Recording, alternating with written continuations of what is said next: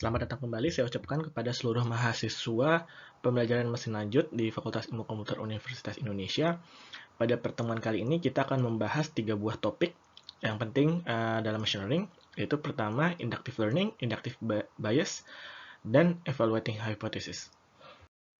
Seperti yang sudah dijelaskan, kita akan membahas 3 buah topik yang penting untuk memahami kinerja ataupun kerja dari data-driven machine learning methods.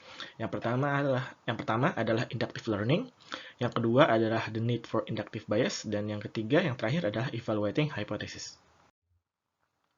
Sebagai catatan, materi pada presentasi kali ini didapatkan dari buku Machine Learning yang ditulis oleh Mitchell, ya, terutama di chapter 1, 2, dan 5.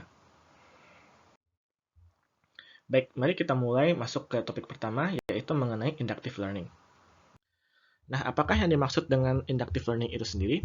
Inductive learning itu adalah sebuah pendekatan di sistem pembelajaran, ya, di mana pembelajar itu atau learner itu menemukan general rules dengan mengamati examples yang ada. Ya, salah satu contoh dari inductive learning itu adalah concept learning, ya, di mana concept learning itu akan menentukan atau menemukan ya nilai boolean value, ya, yang dihasilkan dari sebuah fungsi yang hasil fungsinya itu sendiri ditemukan melalui training examples, ya. Jadi dengan mengamati training examples yang ada. Contohnya, ya, misalkan kita memiliki sebuah tugas untuk menemukan apa yang disebut dengan target konsep, di mana target konsep itu adalah untuk menentukan hari-hari di mana teman kita Aldo menikmati water sport, ya. Jadi di sini enjoy sport, ya, variabel enjoy sport akan menentukan apakah Aldo menikmati water sport atau tidak, ya. Jadi di sini enjoy sport itu adalah sebuah boolean value di mana nilainya yes atau no, ya. Dan setiap hari itu akan direpresentasikan dengan attributes, ya. Jadi misalkan di sini ada 6 buah attributes, di mana ada sky, air time, ya, temperatur udara, humidity, wind, water, and forecast. Ya, jadi setiap atribut ini akan memiliki nilai yang berbeda-beda dan akan mendeskripsikan hari tersebut, ya. Nah, pertanyaannya, ya, hipotesis apa, ya, hipotesis representation apa yang harus kita pakai agar kita bisa memecahkan masalah ini. Nah, jadi untuk setiap permasalahan yang kita ingin selesaikan, kita itu bisa memiliki representasi yang begitu banyak, ya. Jadi kita memiliki banyak sekali pilihan yang ada. Dan di sini akan menentukan apa yang kita sebut dengan hypothesis space, ya. Nah, misalkan di permasalahan ini kita memutuskan untuk menggunakan representasi yang gampang saja, ya. Jadi simple representation, di mana setiap hipotesis, ya, hipotesis H itu memiliki atau dibentuk dari sebuah conjunction of constraints, ya, untuk setiap atribut yang ada, ya. Jadi di sini misalkan constraint yang ada itu adalah specific value untuk setiap atribut yang ada, ya. Misalkan di sini adalah water adalah nilainya adalah warm, atau bisa juga don't care, ya. Di sini misalkan water sama dengan tanda tanya. Jadi any value dari atribut ini bisa apa saja, ya, acceptable, atau bisa juga no value allowed, ya, di mana water misalkan di sini equals to empty, ya. Jadi no value is acceptable for this attribute, ya. Jadi misalkan kita tahu water ini memiliki nilai value itu warm and cool, ya. Kalau misalkan di sini empty berarti warm and cool itu tidak bisa digunakan untuk menentukan enjoy sport atribut yang variable yang ingin kita ketahui, ya. Ya, ini adalah sebuah contoh yang mudah, ya. Misalkan dari 6 atribut yang ada, sky, air time, ya, air temperature, humid, wind, water forecast, kita memilih dibentuk salah satunya dengan hipotesisnya dengan nilai seperti ini, ya. Jadi ada sunny, question mark strong, question mark same ya. Jadi ini menunjukkan hipotesis yang ada, salah satu hipotesis yang ada. Lalu juga ini saya list ya, all possible values of the attributes ya, the attributes ya. Jadi sky nilainya bisa sunny, cloudy, rainy, dan seterusnya. Nah, setelah kita menentukan bentuk dari hipotesis yang ingin kita gunakan, maka berikutnya kita harus membentuk apa yang disebut dengan prototipe dari konsep learning task. Ya, jadi misalkan kita memiliki atau diberikan kumpulan instances X, ya. Jadi X ini adalah sebuah set dari instances, di mana instances itu berisi possible days, ya. Jadi kumpulan hari-hari yang mana setiap hari itu dideskripsikan dengan kumpulan atribut yang ada. Ya, jadi yang kita tahu atribut yang ada adalah sky, air temperature, humidity, wind, water, and forecast. Nah, di instansi ini juga biasanya nanti akan ada nilai C-nya. Ya, CX ini nilainya 1 yang akan disebut dengan positive examples ya, di mana nilai 1 ini melambangkan bahwa instan tersebut Aldo menikmati water sport ya, atau biasa disebut dengan members of target concept. Sedangkan kalau CX sama dengan 0, maka arti instance tersebut adalah negative example ya, yang mana biasa disebut juga sebagai non-members of target concept. Lalu berikutnya adalah hipotesis X ya, yang dibentuk sesuai dengan bentuk hipotesis yang tadi yang telah kita tentukan ya. Jadi hipotesis ini deskripsikan dengan menggunakan conjunction of constraints of attribute yang telah tadi kita sesuaikan ya. Tadi juga constraint bisa memiliki nilai question marks atau empty ya. Lalu kita memiliki target function C ya, sama yang seperti di sini. Yang ini adalah mapping dari nilai instansi ini ke nilai boolean 0 atau 1 ya.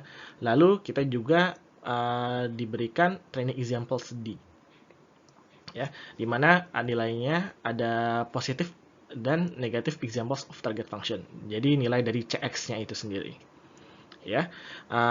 Untuk contoh dari training examples itu silahkan dilihat di slide 5 di sebelumnya ya.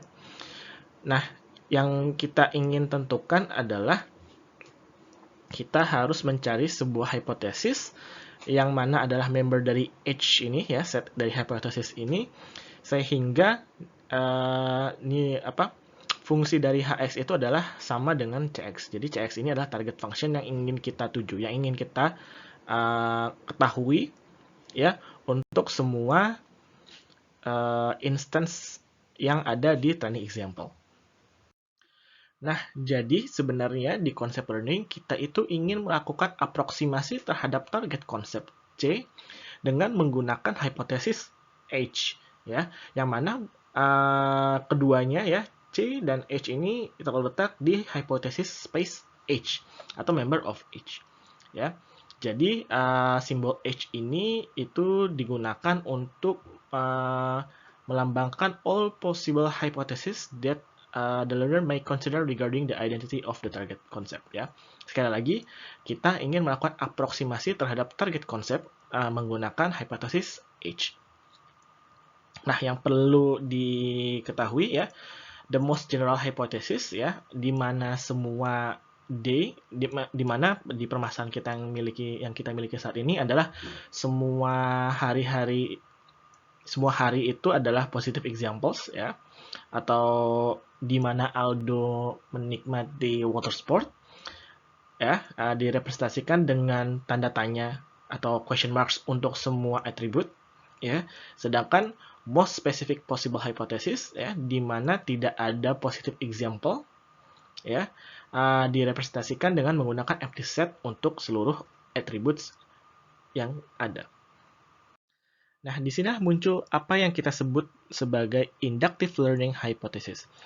Inductive learning hypothesis mengatakan bahwa any hypothesis found to approximate the target function well over a sufficiently large set of training examples will also approximate the target function well over other unobserved examples or instances. Artinya apa? kalau misalkan kita menemukan sebuah hipotesis ya yang bisa melakukan aproksimasi terhadap target function di sebuah training examples yang cukup besar ya, jadi jumlah data yang ada di training examples itu cukup besar, maka hipotesis yang kita temukan tersebut juga bisa mengaproksimasi target function di unobserved example instances. Artinya apa? Untuk dataset yang tidak pernah kita lihat di training examples itu juga bisa kita aproksimasi menggunakan hipotesis yang kita temukan. Ya. Nah, di sini pentingnya kita ingat kembali bahwa performa dari learner ataupun sistem yang kita kembangkan menggunakan machine learning itu kita itu lebih tertarik dengan performa terhadap data-data yang tidak ada di dalam training examples. Ya. Kita itu ingin mengetahui atau memiliki performa yang baik terhadap data-data yang tidak kita miliki atau biasa disebut sebagai unobserved examples. Nah, berdasarkan hal-hal yang telah kita bahas di slide ini maupun di slide sebelumnya, maka kita bisa menemukan beberapa poin yang cukup penting. Ya, pertama, hipotesis H ya adalah the best approximation untuk target function C. Ya, jadi kalau misalkan kita menemukan sebuah hipotesis H ya menggunakan berdasarkan setelah kita melakukan training menggunakan training examples yang ada, maka hipotesis H ini adalah the best approximation dari target function C. Nah, selanjutnya the learner algorithm ya. Jadi si pembelajar itu akan mencari hipotesis H dari hipotesis space H ya. Jadi from all possible hypothesis. Nah, selanjutnya inductive learning hypothesis yang kita baru saja bahas ya, itu berdasarkan asumsi ya bahwa the best hypothesis yang telah kita dapatkan di proses training itu bisa juga digunakan untuk data-data yang belum pernah kita lihat sebelumnya. Nah, ini ada latihan untuk mengetahui apakah yang disebut dengan instance space dan hypothesis space. Ya, silakan coba dikerjakan.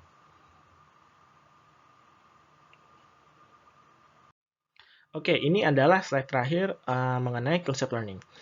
Jadi di sini apabila kita melihat learning algorithm itu sebagai sebuah search algorithm ya, sebagai sebuah search problem, maka sebenarnya learning algorithm itu tidak lain dan tidak bukan adalah sebuah algoritma yang akan mencari hipotesis terbaik di sebuah hypothesis space. Ya. Lalu kita juga di machine learning ya, secara umum tertarik untuk menggunakan atau mencari algoritma yang mampu mencari secara efisien hipotesis space yang sangat besar. Ya, karena semakin kompleks permasalahan yang kita miliki, maka biasanya hipotesis space yang kita miliki itu juga semakin besar ya dan juga semakin kompleks ya.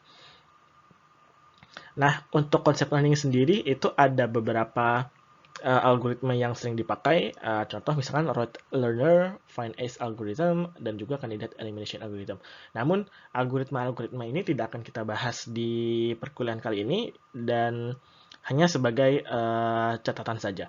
Ya, jadi konsep learning itu kita bahas di sini untuk memahami apa yang disebut dengan inductive learning hypothesis yang telah kita bahas. Baik, selanjutnya kita akan membahas mengapa kita memerlukan apa yang disebut dengan inductive bias. Terima kasih.